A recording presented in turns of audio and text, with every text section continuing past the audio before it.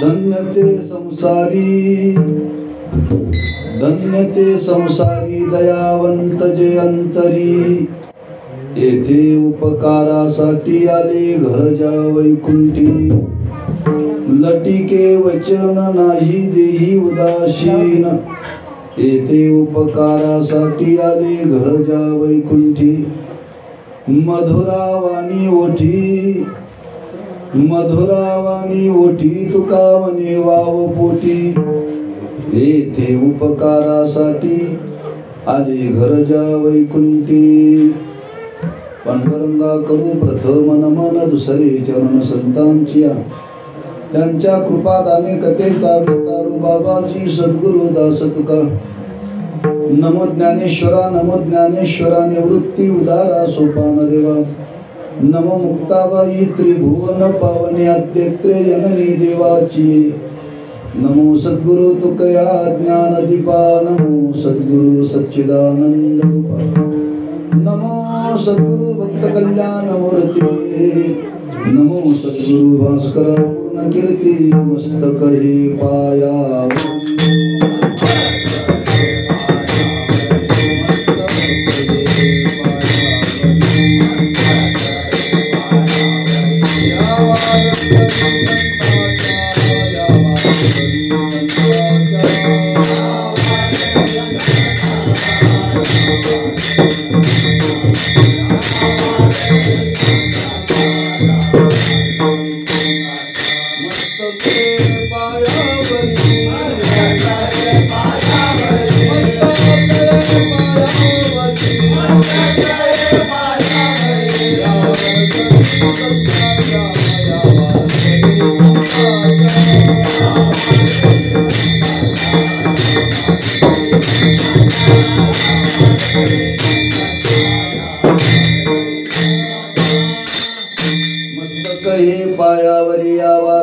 संताचा, धन्य ते संसारी दयावंत जे अंतरी, येथे उपकारासाठी आले घरजा वैकुंठी।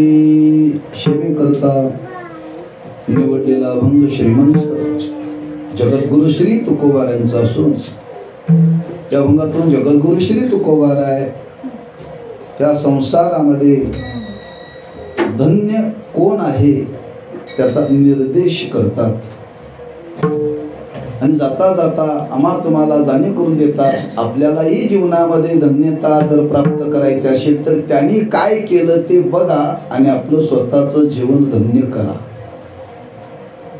आजच्या सेवेचं प्रवृत्ती निमित्त वैकुंठवासी हरिभक्तीपरायण शिंगटे अण्णा यांच्या पुण्यस्मरणाच्या निमित्ताने याची कीर्तनाची सेवा आहे। आपल्या वैदिक धर्मामध्ये हा मनुष्य जीवाला कर्तव्य म्हणून एक विचार सांगितलेला आहे बरं, की वाडवडिलांचं श्राद्ध घालावं वा पुण्यस्मरण करावं आणि तो कर्तव्य बुद्धीनं श्रद्धेनं आपण केला पाहिजे असा शास्त्राचा आग्रह आहे बरं का। केला पाहिजे का, केलाच पाहिजे बरं का। त्या न्यायाला धरून त्यांचा हा आजचा पुण्यस्मरणाचा दिवस का करावं तर काही आपल्या जीवनामध्ये त्यांचे ऋण असतात आणि त्या ऋणाच्या संबंधाने असं वर्णन केलेलं आहे, काहींचे ऋण फेडता येतात, काहींचे ऋण फेडता येत नाही। त्या ऋणातच राहावं लागतं, पण त्यांच्या ऋणाचं स्मरण करण्याकरता करावं। मग काय करावं, त्यांच्या ऋणाचं स्मरण करण्याकरता, त्यांच्या ऋणात राहण्याकरता त्यांनी दिलेली शिकवण आपल्या जीवनामध्ये आचरणात आणावी बरं का। जी वाडवडिलांनी आपल्याला दिलेली शिकवण, मग आचार जीवन असेल, विचार जीवन असेल, भाव जीवन असेल, त्यांनी जे आपल्या जीवनामध्ये जतन केलं तेच आपण आपल्या जीवनामध्ये स्वीकारलं पाहिजे बरं का.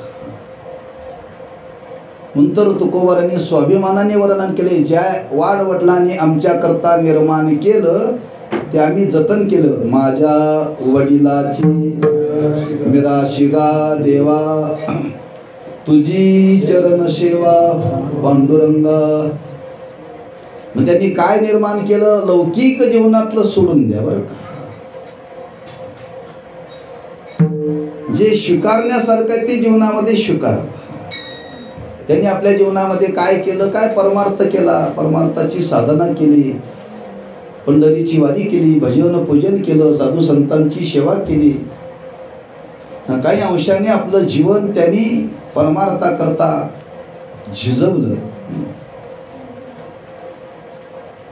हे त्यांनी जीवनामध्ये केलं ते जीवनामध्ये आपण स्वीकारावं बरं का. म्हणून महाराजांनी वर्णन केले, ज्ञानोबांनी, वडील जे जे करीती तया नाम धर्म ठेविती, एर आचरती सामान्य सक. जे वडिलांनी आमच्या तुमच्या करता चांगलं कार्य केलेलं ते जीवनामध्ये स्वीकारावं बरं का. आणि त्याच्यावरती पावलावरती पाऊल टाकून चालण्याचा प्रयत्न करावा. कर्तव्य आहे, प्रत्येक मनुष्य जीवाचं हे कर्तव्य आहे. पण माणसं या कर्तव्याला या भौतिक युगामध्ये विसरली बरं का, विसरली.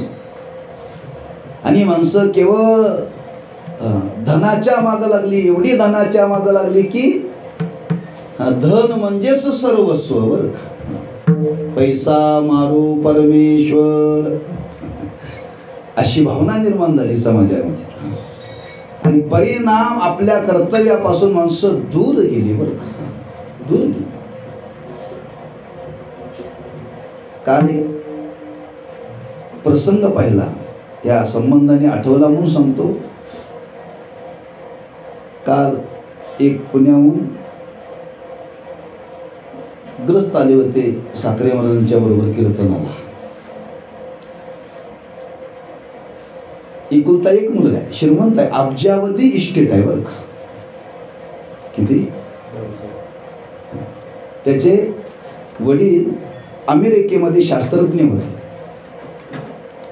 आणि तो बालपणापासून मुलगा अमेरिकेत हुशारच. आणि त्या अमेरिकेमध्ये राहून राहून त्याच्या बुद्धीवरती परिणाम झाला बरं का. वडीलही वारले. आता तो मुलगा आणि आई आहे बरं का. काल आला होता तो, असा गणपतीसारखा नुसता बसून राहतो बरं का. मग त्याच्यावर ग्रस्त आलते. ते म्हणजे महाराज मी यांच्या घरी ह्यांना आणि यांच्या आईला सांभाळायला मला महिन्याला 40,000 रुपये पगार आहे. फक्त त्या मुलाला सांभाळायचं. किती?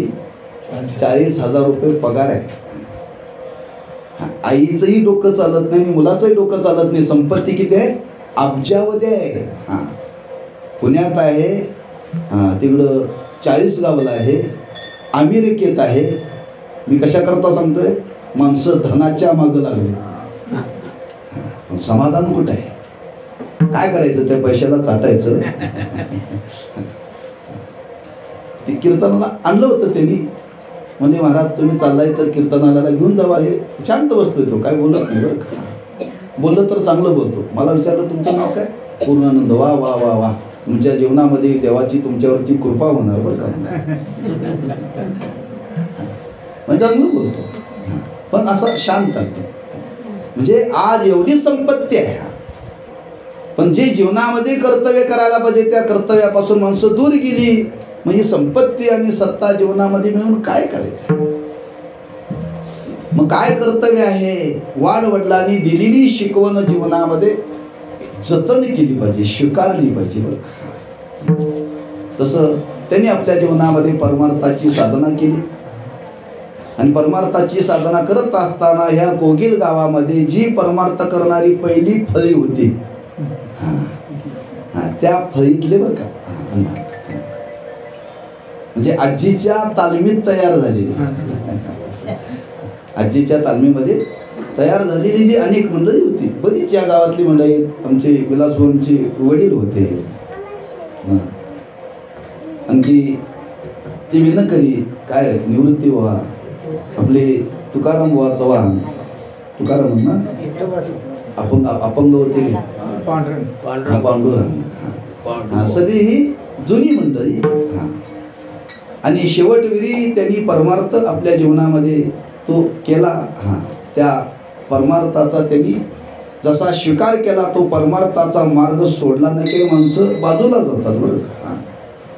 म्हणजे त्यांनी जीवनामध्ये काहीतरी केलेलं आहे ते स्वीकारण्यासारखं आहे. म्हणून जे वाडवडिलांनी जीवनामध्ये चांगलं केलं त्याचं जीवनामध्ये स्वीकार करावा, का त्यांच्या ऋणातून उतराई होता येत नाही, त्यांच्या ऋणातच राहावं लागतं. म्हणून त्यांनी केलेल्या कार्याचं स्मरण जीवनामध्ये करावं, हा भाव मनी मानशी घेऊन आजचा हा पुण्यकाल आहे बरं का. आणि त्या निमित्ताने चिरंजीवाला वाटलं गेल्या वर्षी किती वर्ष झाली पुण्यतिथीला? 7. यावर्षी वाटलं यावर्षी कीर्तन करावं, चांगली गोष्ट आहे. आणि त्यातून आता हा सेवेचा योग आहे. त्या संबंधाने वर्णन करावं म्हणून संतपर प्रकरणातला अभंग निवडलेला आहे, सर्वांच्या परिचयाचा आहे. या अभंगातून जगद्गुरु श्री तुकोबाराय आज या भूतलावरती संसारामध्ये जे जीव व्यतीत आहेत, जे संसारामध्ये रमलेले आहेत, जे संसार करण्यामध्ये प्रवृत्त झालेले आहेत, अशा जीवाला संत महात्मे सांगतात, बाबांनो प्रत्येकाला या भूतलावरती जन्माला यावं लागतं. काय यावं लागतं? आपण केलेलं कर्म आहे, केलेलं कर्म आहे ते भोगण्याकरता या भूतलावरती यावं लागतं. तो भोग आहे तोपर्यंत राहावं लागतं बरं का. आणि भोग ज्या दिवशी संपेल त्या दिवशी लोकातून जावं लागतं. मग कुणी म्हणेल मागचा राहिलेला कर्माचा भोग भोगण्याकरता आलोय, भोगून संपल्यानंतर पुन्हा जाणार, पुन्हा आणखी काय यायचं? मागचं केलेलं संपलंय की नाही, मग संपल्यानंतर पुन्हा यायला नाही पाहिजे. मागचं केलेलं भोगून संपवलंय, पण या जन्मात आपण गप्प कुठं बसतोय, उचापत्या करतोय ना, नवीन काहीतरी करतोय. जेव्हा मागचं भोगून संपतं आणि या जन्मामध्ये केलेलं आयुष्य संपतं आणि केलेलं शिल्लक राहतं. केलेलं शिल्लक राहिलेलं पुन्हा पुन्हा भोगण्याकरता यावं बरं का. म्हणून आमचं तुमचं सर्वांचं आडनाव एकच, कर मर कर. कर मर कर, करायचं मरायचं, करायचं मरायचं, कुठंपर्यंत? हे जोपर्यंत जगताचा व्यवहार चालू आहे तोपर्यंत असंच चालायचं. हे थांबवता येत नाही का? येतं. ज्याने हे थांबवलं तुकोबारा म्हणतात तीच माणसं या जगतामध्ये धन्य आहेत बरं का. त्याची सरली धार, त्याची सरली धार,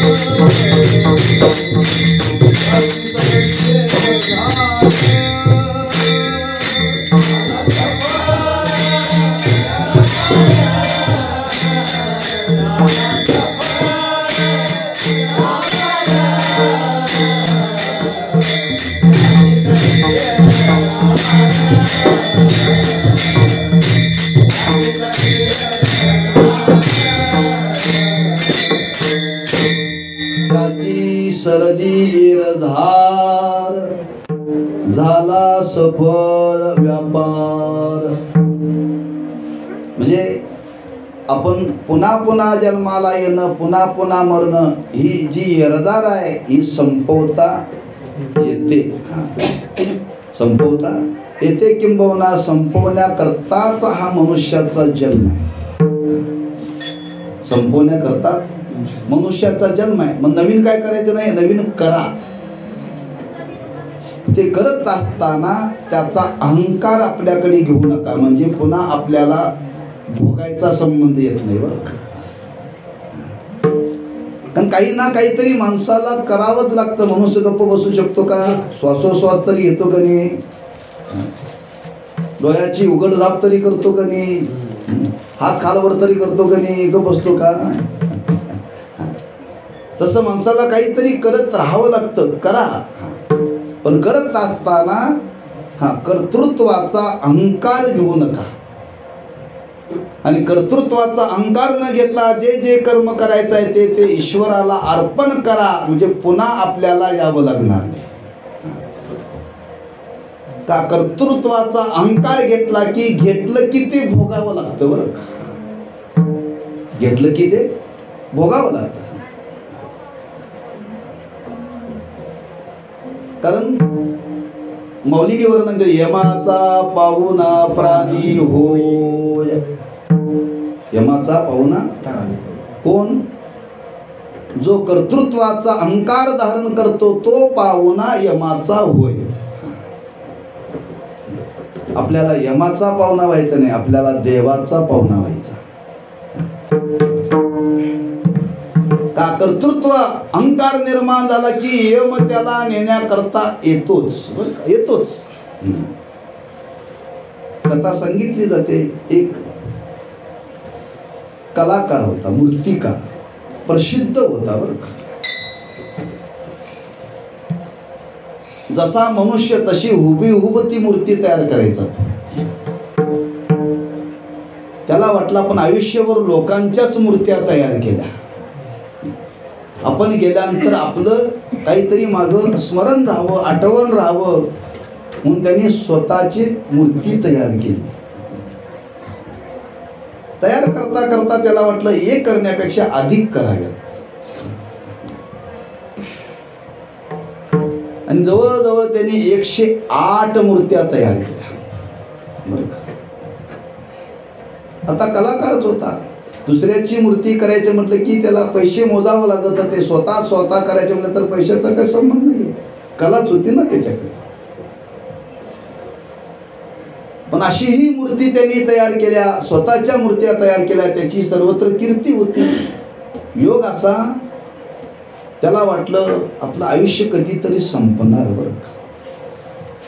आणि संपण्यानंतर तो यम नेण्याकरता येणार. तेव्हा आपण यमाला ओळखलं नाही पाहिजे. म्हणून त्यांनी काय केलं, ते 108 मूर्त्या तयार केल्या, अशा रांगेमध्ये उभ्या ठेवल्या होत्या. आणि 109व्या क्रमांकाला तो उभा होता. आणि बरोबर आयुष्य संपलं. आयुष्य संपलं बरं का.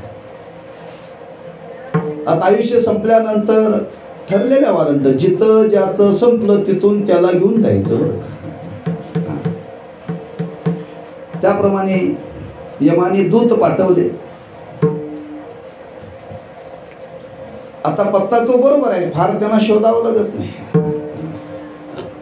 बरोबर त्या ठिकाणी ते आले. त्यांनी पाहिलं ज्या व्यक्तीचं आयुष्य संपलंय त्याला नेण्याकरता आम्हाला पाठवलेलं आहे, पण ज्याला न्यायचं ते 109 जण आहेत. नेमकं न्यायचं कोणाला? आपला नेम काय, ज्याचं संपलं त्यालाच न्यायचं, दुसऱ्याला न्यायचं नाहीये. विचार करू लागले. आपल्या तर हे कायद्यात बसत नाही. हे तर 109 आहेत, नेमकं न्यायचं कोणाला, पण विचारायचं कोणाला? म्हणून ते परत निघाले. परत गेले. सगळा तो इतिहास त्यांनी यमाला सांगितला. आम्हाला पाठवलं ज्या कामाकरता, पण अशी परिस्थिती निर्माण झालेली आहे, काही कळायला मार्ग नाही आहे. तो आपण स्वतः आला तर बरं होईल. आता ते यमाचे दूत स्वतः यमाची स्वारी आले. यमानी पाहिलं, यमाला आश्चर्य वाटलं, ज्याचं आयुष्य संपलंय ते 109 जण आहेत, नेमकं न्यायचं कोणाला? त्यांनी काही विचार करण्याचा प्रयत्न केला, पण ते कोडं सुटलं नाही. तेही परत निघाले. यमराज यमाचे दूत परत निघाले. परत जाता जाता रस्त्यामध्ये चालतं बोलतं वर्तमानपत्र भेटलं, महर्षी नारद. आणि विचारलं, यमराज स्वतः सॉरी, आतापर्यंत तुम्ही काम सेवकाकरती करताय, स्वतः कसं काय आलाय? म्हणजे काय सांगावं महर्षी, असं असं घडलेलं आहे, नाईला झाला, मला यावं लागलं. मग प्रश्न काय सुटला नाही. म्हणजे चला म्हटले, मी तुमच्या बरोबर येतो. त्यांना वाटलं त्याला यांच्या वतीने तरी प्रश्न सुटेल, म्हणून नारद महर्षी यमराज यमाचे दूत आले. त्या ठिकाणी गेले, पाहिलं ते दृश्य. नारदांना आश्चर्य वाटलं बरं का, पण त्याचं वर्म त्यांना माहिती होतं ना. त्यांनी ते दृश्य पाहिलं, कला पाहिली, आणि कला पाहिल्यानंतर त्यांनी ब्रह्मदेवाची स्तुती करायला सुरुवात केली. ब्रह्मदेवा, काय सृष्टी तू घडवलीत, या भूतलावरती एवढी जीव आहेत, एवढी जीव आहेत, एकासारखे एक नाहीत बरं का, एकासारखे एक नाही, अनंत जीव आहे. अहो जुळं जरी आलं जन्माला तरी दोन्ही सारखं नसतं. खरंच ब्रह्मदेवा, आपल्या बुद्धीचं कौतुक करावं तेवढं कमी आहे, कौतुक करावं तेवढं कमी आहे.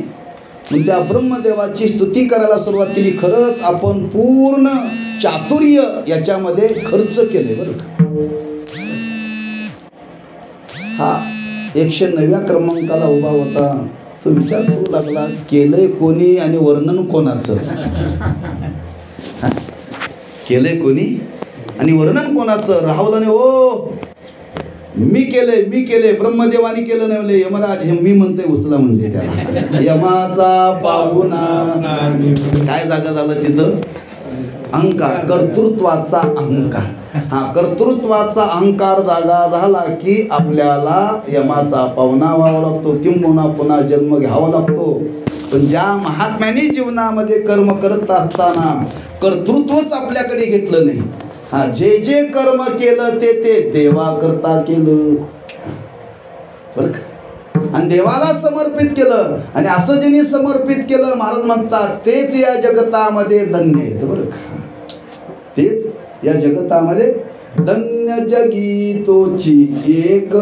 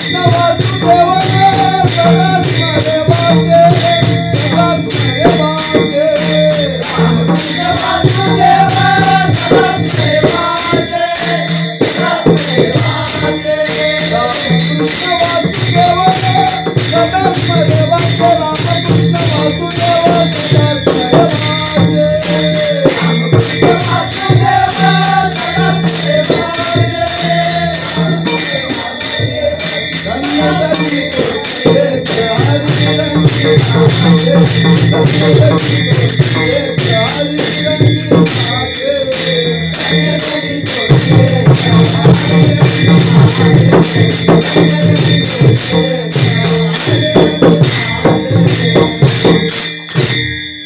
जगी तोची एक संसारात नाचे.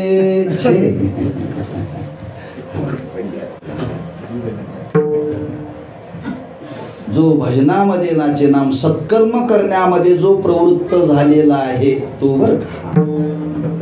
महाराज म्हणतात अशा पुरुषाचं जीवन या भूतलावरती धन्य आहे. भगवंताचं नामचिंतन करणं हे कर्मच आहे, हे कर्मच आहे, पण सत्कर्म आहे बरं का. त्या सत्कर्मातून पाप निर्माण होत नाही, पुण्य निर्माण होतं. आणि ते पुण्य निर्माण झालं तर त्याच्यातला एक भाव लक्षात ठेवा. जर सकाम भावनेनं केलं तर चांगल्या जन्माला जातं, आणि निष्काम भावनेनं केलं तर तो मुक्त होतो. चांगलंच कर्म आहे. चांगलं कर्म जर सकाम भावनेने केलं तर महाराजांनी वर्णन केले चांगल्या गतीला उत्तमची गती तोही कपावेल. पण तेच सत्कर्म जर निष्काम भावनेनं केलं तर त्याचं अंतःकरण शुद्ध होतं, त्याच्यावरती ईश्वराची कृपा होते.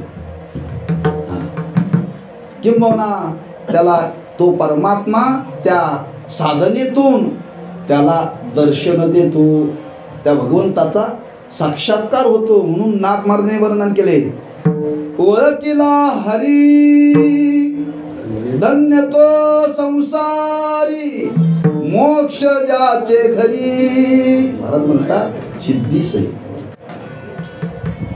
ज्यांनी संसारामध्ये जन्माला येऊन त्या साधने त्याद्वारे त्या हरीला ओळखलं, हरीला प्राप्त केलं.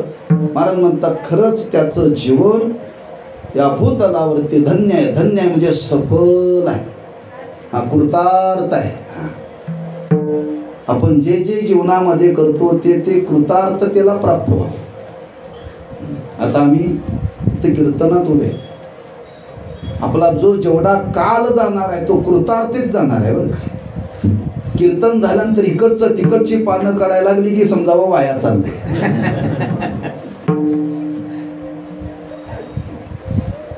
म्हणजे आपला काळ हा कृतार्थतेमध्ये सफलतेमध्ये जावा. 2 तासामध्ये आपण भगवंताचं नामचिंतन करतो, नामस्वरूपाचं श्रवण करतो, हा काल सफल आहे बरं का, हा वाया नाही आहे. म्हणजे सत्कर्मामध्ये खर्च केलेला वेळ वाया जात नाही, सफल आहे. म्हणजे आणि जीवनच सत्कर्मामध्ये खर्च केलं, महाराज म्हणतात त्यांचं जीवन का धन्यतेला प्राप्त होणार नाही. नवे नवे महाराज वर्णन करतात, अरे ज्यांनी जीवनामध्ये या शरीराच्या द्वारे सत्कर्म केलेला आहे, महाराज म्हणतात धन्य धन्य ते शरीर,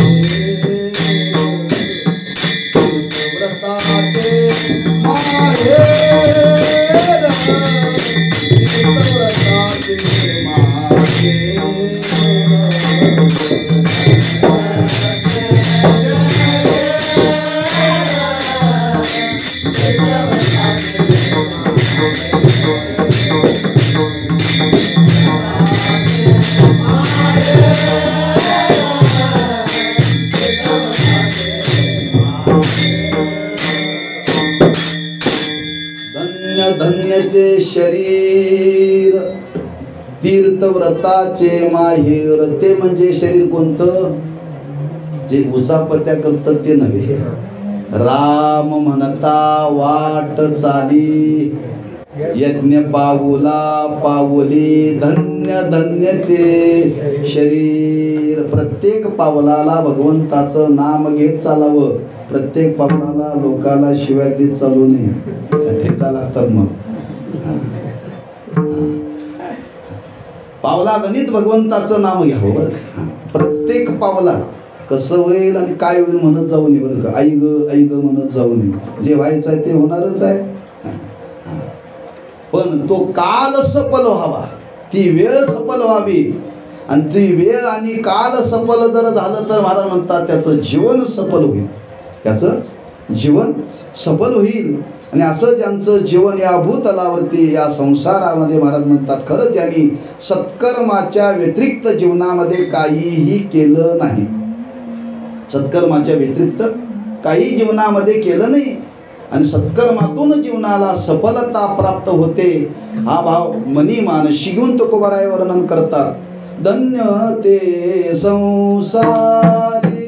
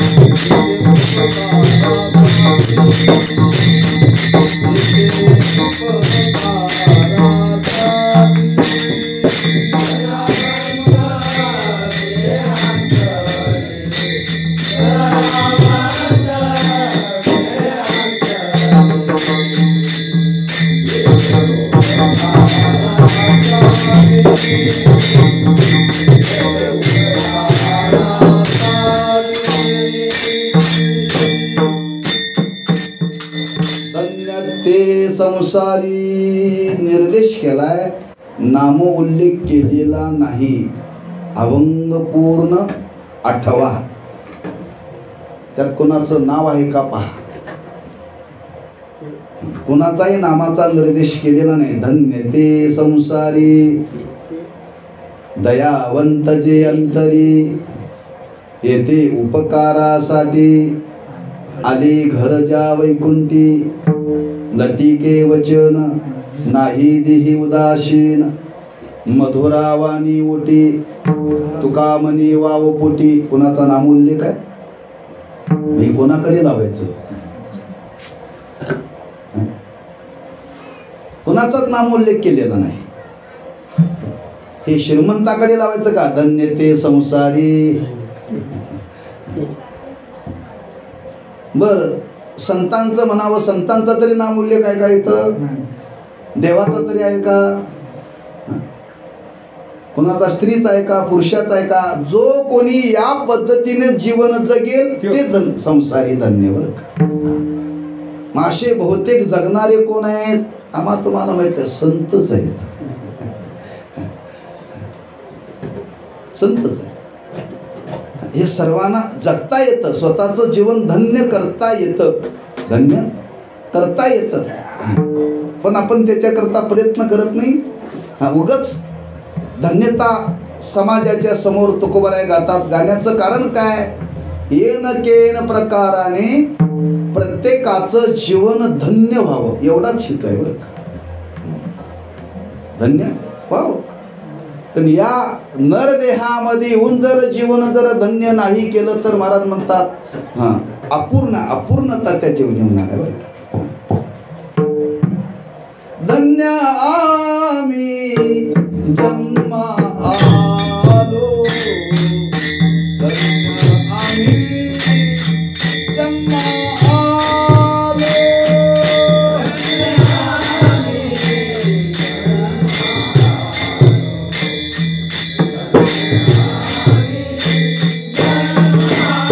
आलो.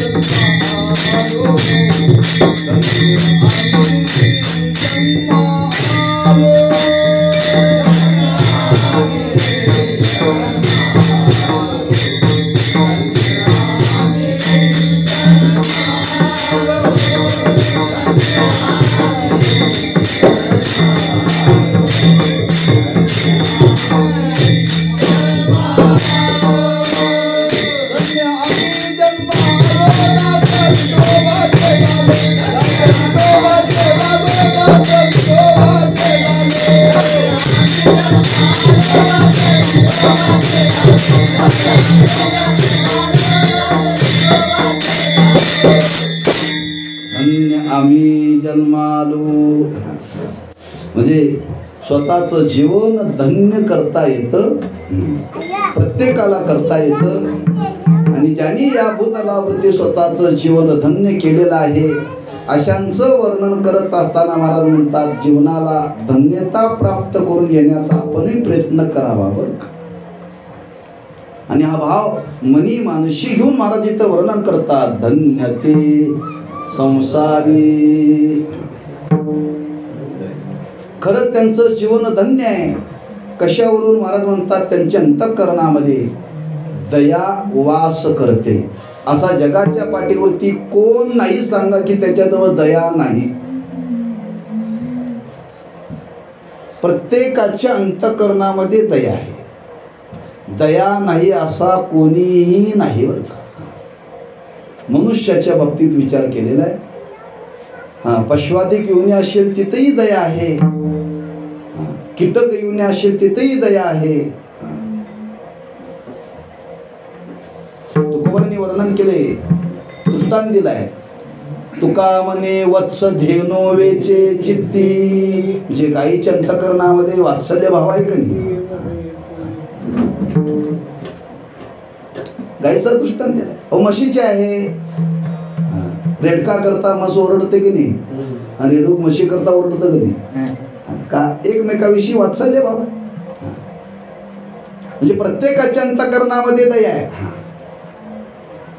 मी इथं महाराजांनी शब्द वापरला, दयावंत जे अंतरी धन्य ते संसारी. मग प्रत्येकाच्या अंतःकरणामध्ये दया असताना कोणाच्या दयेच्या संबंधाने धन्यता प्राप्त झाली. ज्याची दया स्वतः करता नसता, ज्याची दया जगाच्या कल्याणाकरता आहे त्यांचं जीवन धन्य. आमची दया आमच्या पुरतीच आहे. आमची दया आमच्या पुरतीच आहे. आपण दुसऱ्याचा विचार करत नाही. दुसऱ्याचा विचार करत, फक्त आपण आपलाच विचार करतोय. आपलाच. आपला ऊस वाळल्यानंतर आपल्याला वाईट वाटतं का दुसऱ्याचा वाळल्यानंतर वाईट वाटतं का. त्याचा ऊस नाही होय. कसं होईल माणसं चिंता करतात. प्रत्येक गोष्ट आपल्या बाबतीत माणसाला दया आहे. वात्सल्य भाव आहे. आपल्या मुलाचं कसं होईल, आपल्या कुटुंबाचं कसं होईल. म्हणून शास्त्राने सांगितलं आपण सर्वजण कशावर कुटुंब वत्सल आहोत. आपण कुटुंब वत्सल, कुटुंबाचीच चिंता, कुटुंबाविषयीच दया आमच्या तुमच्या अंतःकरणामध्ये, बाकीच्या विषयी नाही बरं का. महाराज म्हणतात जी दया आपल्या अंतःकरणामध्ये आहे ती दया अखिल समाजाविषयी अंतःकरणामध्ये निर्माण व्हावी.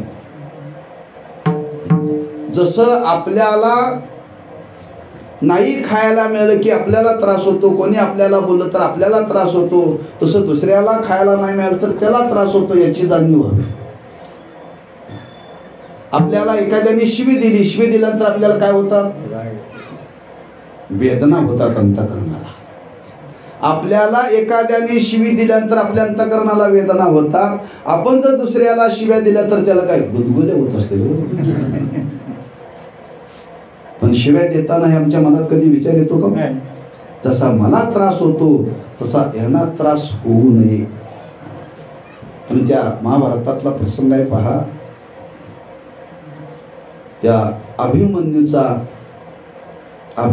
वध केला. कोणी केला,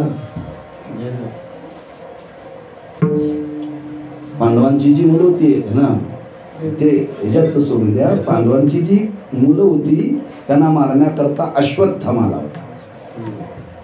झोपेमध्ये ती मारली बरं का. झोपेमध्ये मारल्यानंतर द्रौपदीला एक काळ आता अर्जुन म्हटला त्या अश्वत्थामाला ठेवणार नाही. त्यांनी सांगितलं द्रौपदीनं, हे बघा मी सुद्धा आई आहे तशी अश्वत्थामाची पण आई आहे. जसं माझ्या मुलाला हिने मारल्यानंतर तशा मला वेदना झाल्या, तसं तुम्ही तर अश्वत्थामाला माराल तर त्याच्याही आईला वेदना होतील. मारू नका म्हणून सांगितलं. याला म्हणतात दया. याला म्हणतात दयावर. अशी दया अंतःकरणामध्ये असावी लागते. लोक म्हणतात आमचं हे न वाटोय केलं, मग याचं कसं होईल बघू. म्हणजे आपल्याला जसं काही कारणाने दुःख होतं तसं इतरांनाही दुःख होतं. त्या दुःखाची जाणीव ज्याच्या अंतःकरणामध्ये होते आणि त्याचं अंतःकरण दयाद्र होतं. आणि असं ज्याचं अंतःकरण आहे दयाद्र, महाराज म्हणतात दयावंत जे अंतरी. दयावंत जे अंतरी का सकल भूत मात्राविषयी आमच्या अंतःकरणामध्ये दया असावी. लक्षात ठेवा. आपल्याला ठेच लागली तर दुःख होतं, बरोबर आहे ना. दुसऱ्याला जर मारलं तर दुःख होणार नाही का. आपल्याला जर काही काम करताना जर बोटाला कापलं तर दुःख होतं. दुसऱ्याच्या नरडीवरती सुरी फिरवताना त्याला काय होत नसेल. ही दया आहे. आता त्या काल शिंदेवाडीहून आलो, ते भेटले मला नारद मुनी महाराज. 9 दिवसाची माही झाली मुरगुडला. किती दिवसाची? 12 वर्षांनी झाली. किती? ते सांगत होते महाराज कमीत कमी 9 दिवसामध्ये 1 कोटीच्या घरात खर्च झाला असेल फक्त याच्या करता. कुठं दया? दया कुठं आहे हो? दया असती तर हे घडलं असतं का? आपल्याला कोणी जर मारायला आलं, घाव झाला तर सहन होत नाही. आपण एखाद्या पशुवरती घाव केला तर त्या पशुच्या जीवनाची अवस्था काय याची जाणीव ज्यांच्या अंतःकरणामध्ये निर्माण झाली आणि त्यांनी अनेकांचं संगोपन केलं, त्याला म्हणतात दयावंत जे अंतरी. म्हणून तुकोबारांनी वर्णन केले दयातीचे नाव भूतांचे पालन.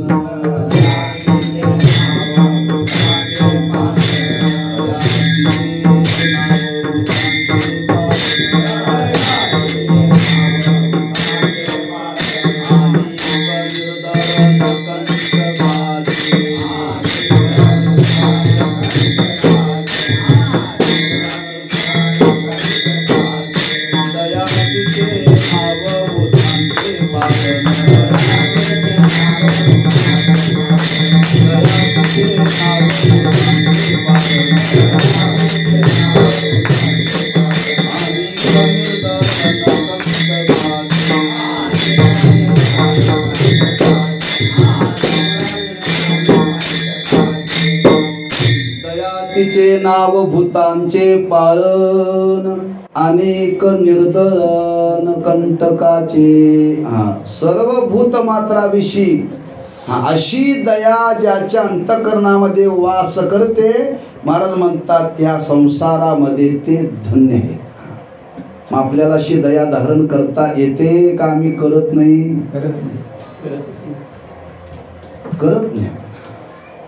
लक्षात.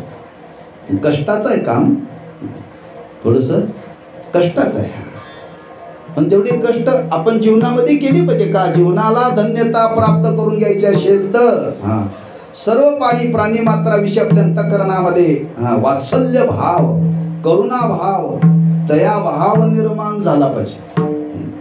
आणि असा करुणा भाव, दया भाव ज्यांच्या अंतःकरणामध्ये निर्माण झाला, महाराज म्हणतात का दयेतून जीवन सफल होतं. सफल काय? जीवन सफल होतं. एवढं सामर्थ्य त्या दयेमध्ये. म्हणून संत महात्म्यांच्या अंतःकरणामध्ये दया होती. किती दया होती?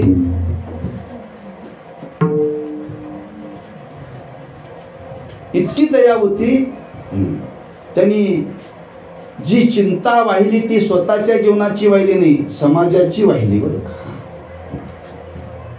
जे खांचे व्यंकटे सांडू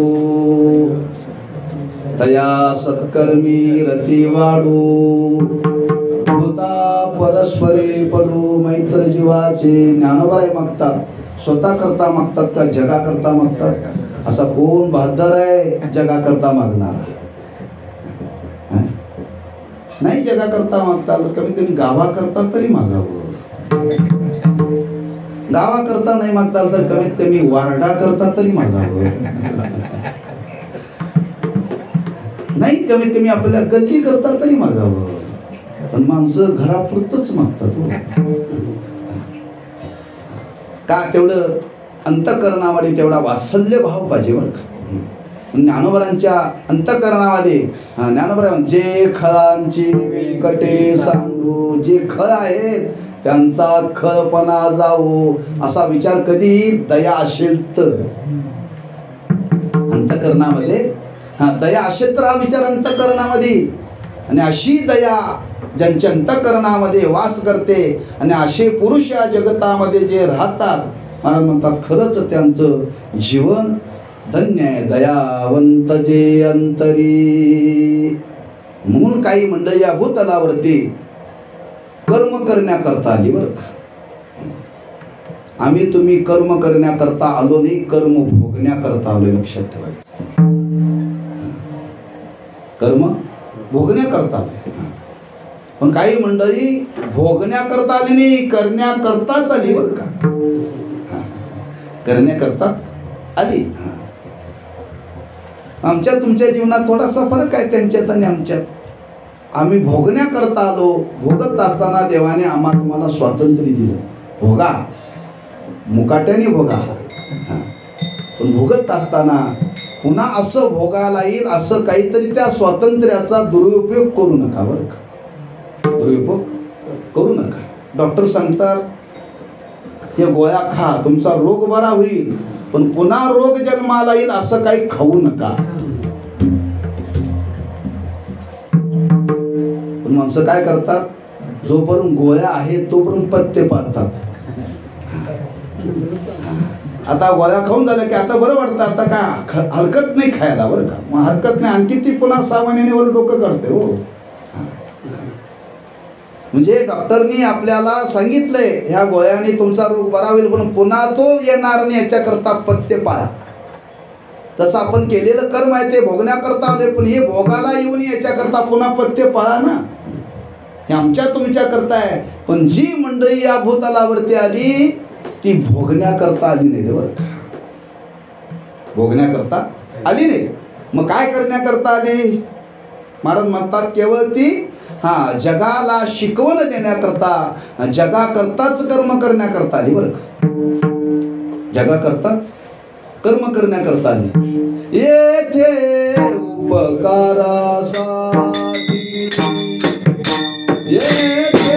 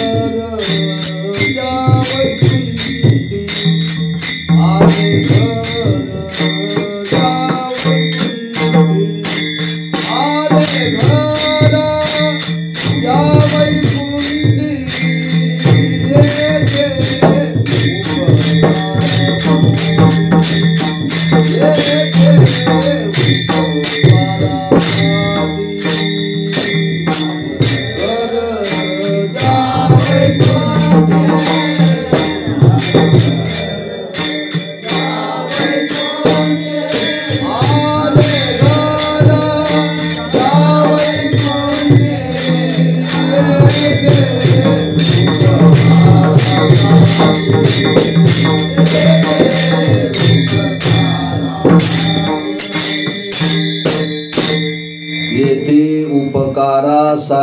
आली. कुठून आली? घरच्या वैकुंठी. केवळ परोपकार करण्याकरता ही मंडळी आली. परोपकार म्हणजे समाजाला चांगली शिकवण देणं हा परोपकार. चांगली शिकवण देणं, चांगला विचार देणं परोपकाराचं कार्य आहे बरं का. परोपकाराचं कार्य. पर म्हणजे दुसऱ्याकरता चांगलं चिंतन करणं, दुसऱ्याचं चांगलं बरं का व्हावं अशी मनामध्ये इच्छा निर्माण होणं, विचार येणं आणि त्याकरता तशी कृती करणं त्याला म्हणतात परोपकार. पण दुसऱ्याकरताच कर्म करण्याकरता ही मंडळी आली. येथे उपकारासाठी आले. त्यांनी दुसरं जीवनामध्ये काहीही केलं नाही. का केलं नाही?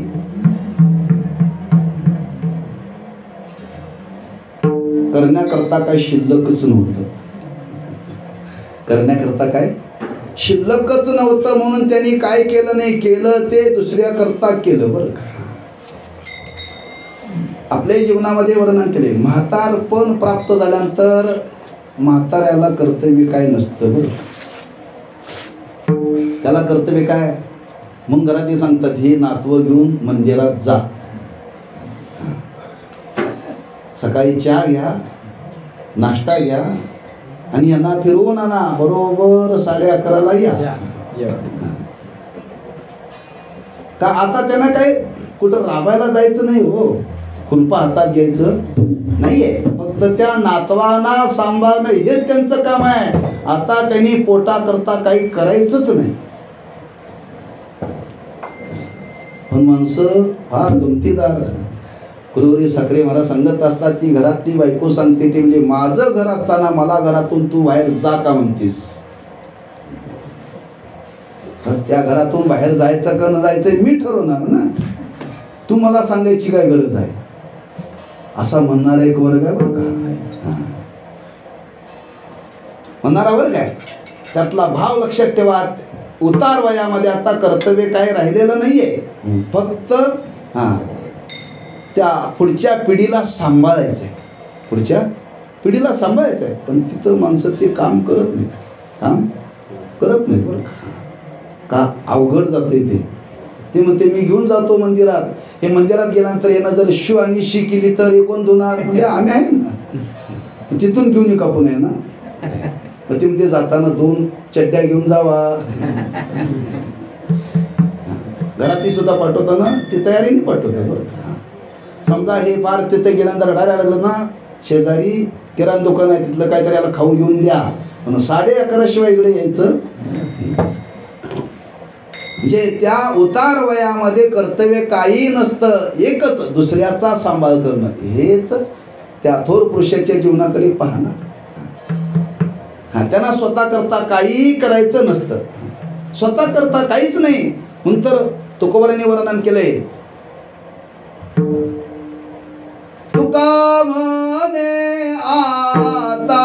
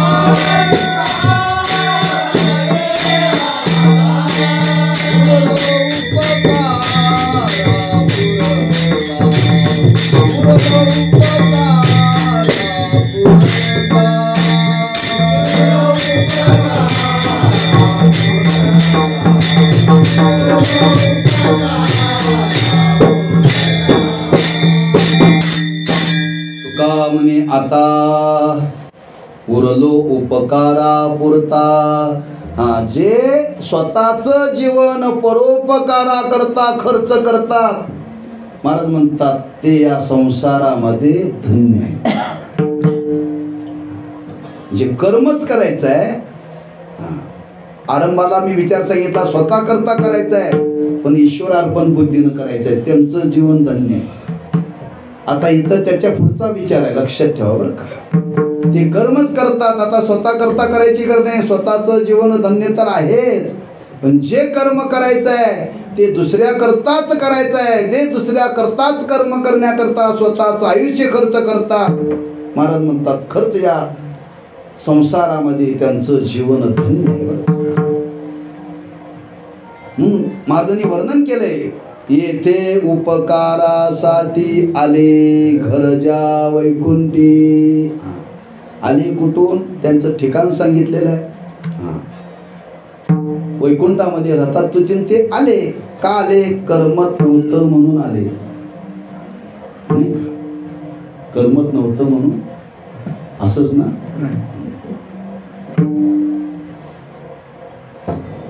आता आपण इथं आलोय काय आपल्याला बोलवलंय?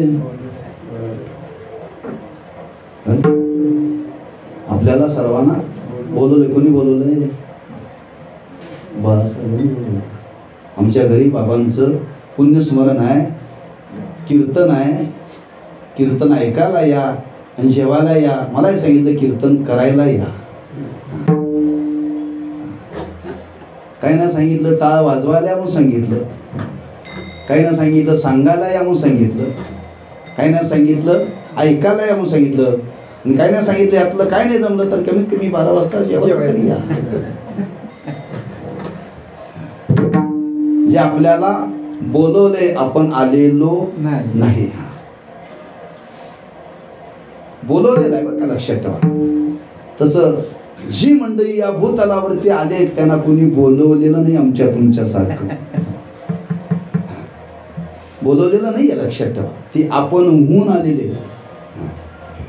आम्हाला बोलवलंय म्हणजे आम्ही काहीतरी बंधनात आहे. बोलव म्हणजे आम्ही पुन्हा जाणार, पुन्हा काहीतरी कर्म करण्यामध्ये रमणार.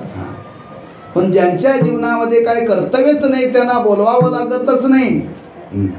ते स्वतःच्या इच्छेनंच येतात, स्वतःच्या इच्छेनंच येतात. आणि स्वतःच्या इच्छेने येऊन जे करतात ते दुसऱ्या करता करतात बरं का. देह कष्टविती परोपकारी. वर्णन केले माणसाने आपला आयुष्यातला काळ परोपकाराकरता खर्च करावा. परोपकाराकरता खर्च करावा. परोपकाराकरता खर्च केलेला काळ धन्य आहे बरं का, लक्षात ठेवा, धन्य आहे. तुम्ही एखाद्याला निरपेक्ष बुद्धीनं मदत केली, निरपेक्ष बुद्धीने मदत केली, लक्षात ठेवा. एखाद्याला चालवत नाही रस्त्याने जाताना, तो चाललाय, चालण्यामध्ये त्याला फार कष्ट आहेत, इतके कष्ट आहेत, इकडे कष्ट आहेत. आपल्याला वाटतं खरंच यांना एवढे कष्ट होतात, चालवत नाही, आपली गाडी रिकामीच आहे, यांना गाडीवरती बसवावं आणि यांच्या घरी नेऊन सोडावं. परोपकार आहे बरं का. तो केलेला धन्यतेला प्राप्त होतो, धन्यतेला प्राप्त होतो. माणसं गाडीवरती घेतात पण तोंड बघून घेतात बरं का.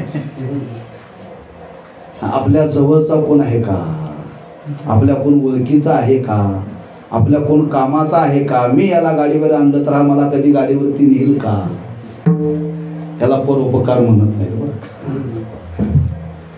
निरपेक्ष भावनेला. आणि असं निरपेक्ष भावनेनं प्रत्येकाला हे जे कर्म केलं जातं यालाच म्हणतात परोपकार. असा जो परोपकार करण्याकरता प्रवृत्त झाला, महाराज म्हणतात त्याच्या जीवनाला धन्यता सहज प्राप्त होऊ शकते.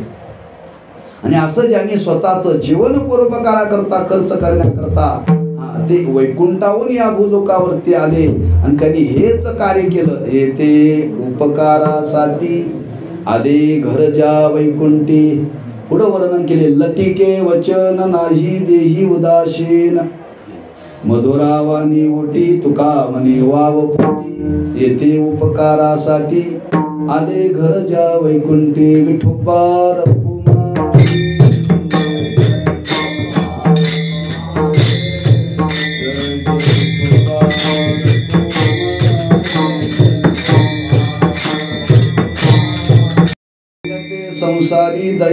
भगवंत जे अंतरी येते उपकारासाठी आले घरच्या वैकुंठी श्रीमंत जगद्गुरु श्री तुकोबाराय.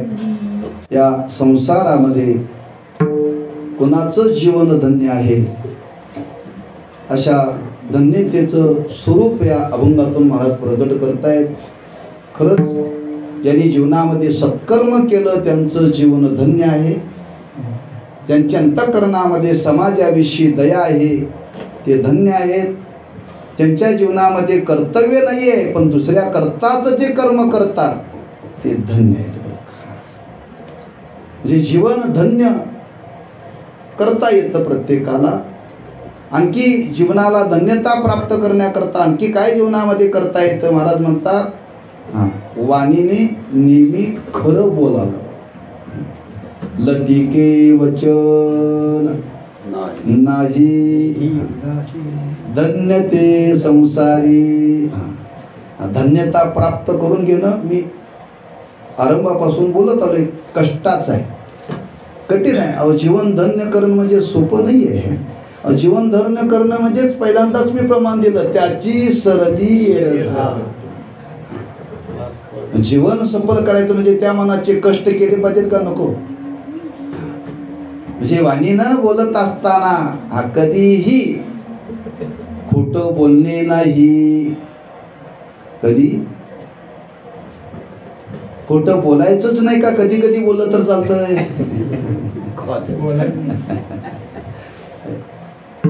जीवन सफल होण्याकरता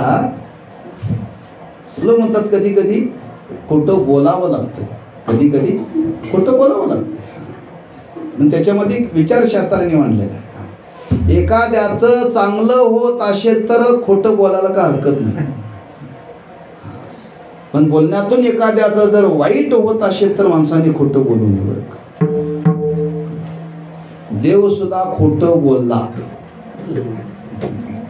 देव सुद्धा खोटं बोलला पण चांगल्या करता का वाईटा करता. चांगल्या करता.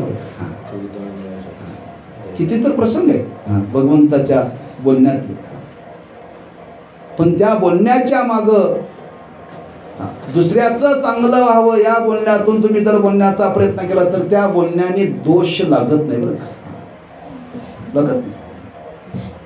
तसं ही मंडळी जगतामध्ये वावरत असताना ही मंडळी कधीही खोटं बोलत नाहीत. का बोलत नाही. तो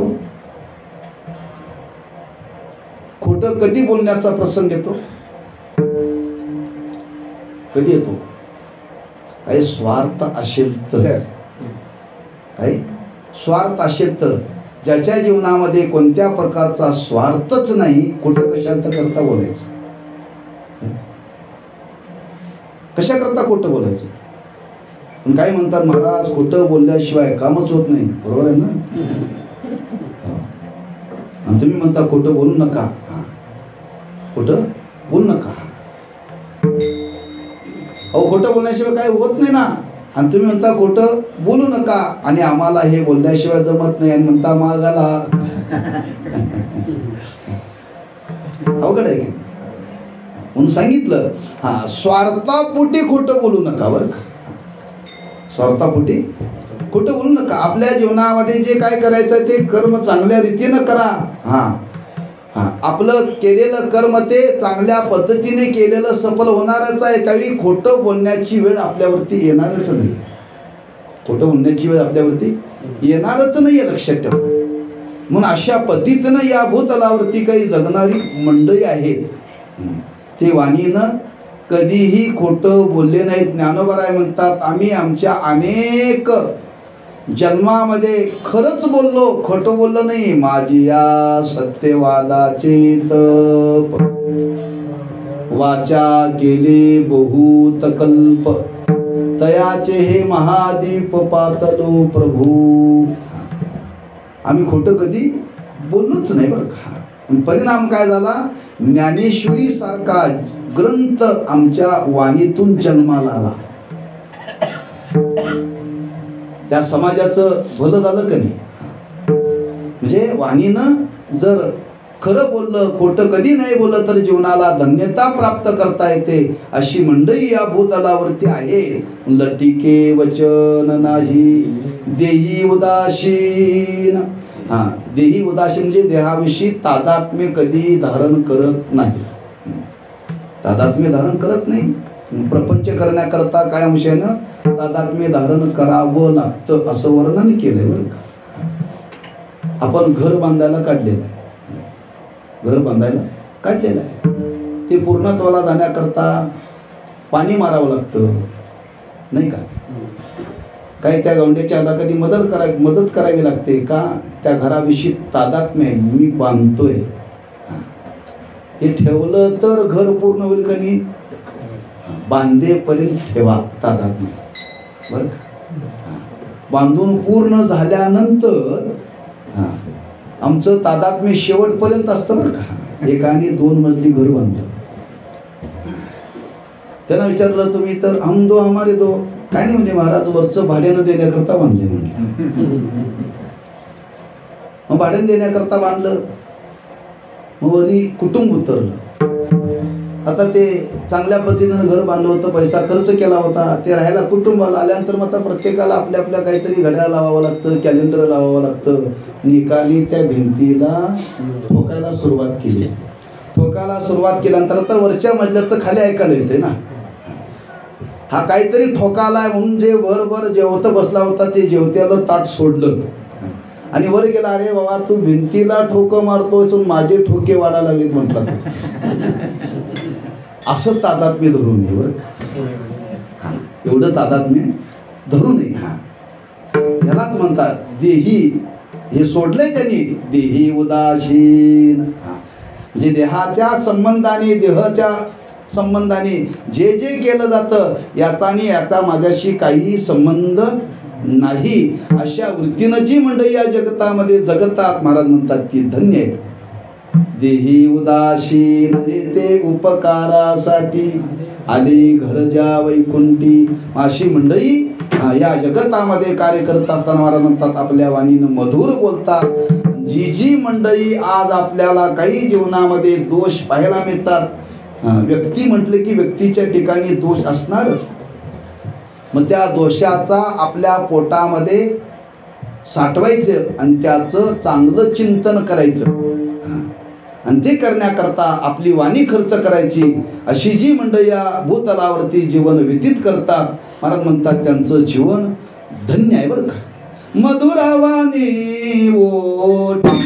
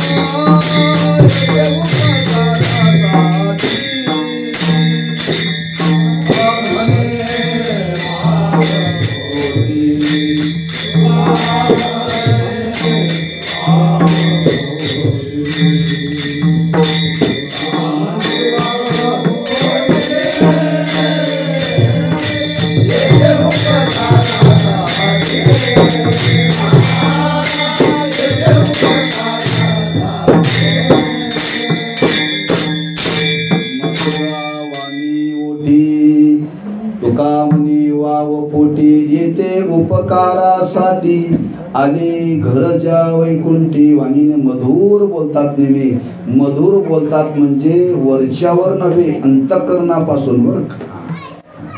बरीच मंडळी समाजामध्ये मधुर बोलणारी गोड बोलणारी आहे, त्यांचं आडनाव आहे गोड बोले. त्यांचं आडनाव आहे गोड बोले. हा, फक्त ते वरच्या वरच असतात, त्याचा काय संबंध नसतो बरं का. पण जी मंडळी अगदी बिंबीच्या देठापासून बोलतात, त्यांच्या बोलण्याला महाराज म्हणतात माधुर्य आहे. आणि बोलत असताना समाजाचे दोष साठवण्याकरता त्यांच्या पोटामध्ये फार वाव आहे, जागा आहे. असं त्यांचं पोट समाजाच्या दृष्टीनं विशाल आहे आणि वाणीला माधुर्य आहे. अशी महात्म्या पुरुष महाभाग या संसारामध्ये धन्य आहेत. मधुरा वाणी ओटी तुका म्हणे वाव पोटी, येते उपकारासाठी आले घर जा वैकुंठी. ज्ञानेश्वर